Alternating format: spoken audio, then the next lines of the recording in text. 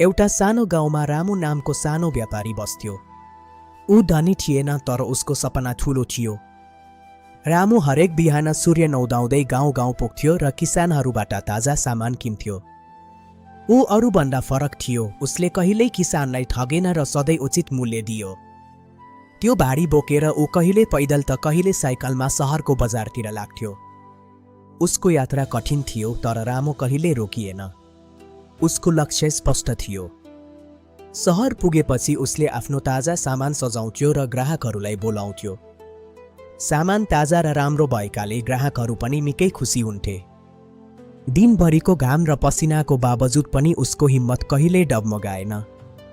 जब ऊ साँझ आफ्नो कमाई गन्थ्यो उसलाई आफ्नो मिहिनेतमा गर्व लाग्थ्यो। बिस्तारै रामु एक सानो व्यापारीबाट सफल ठूलो व्यापारी बन्यो र आफ्नो परिवारलाई सुख दियो। याद राख्नुहोस्, काम सानो भए पनि इमानदारी र मेहनतले ठूलो सफलता दिलाउँछ।